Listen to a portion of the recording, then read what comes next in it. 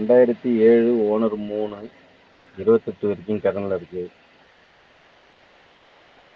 இன்சூரன்ஸும் லைவில் இருக்குது. இன்ஜினு நல்லாயிருக்கும். ஏசி எல்லாமே பக்காவாக இருக்கும். கேஸ் மட்டும் பிடிக்கணும்.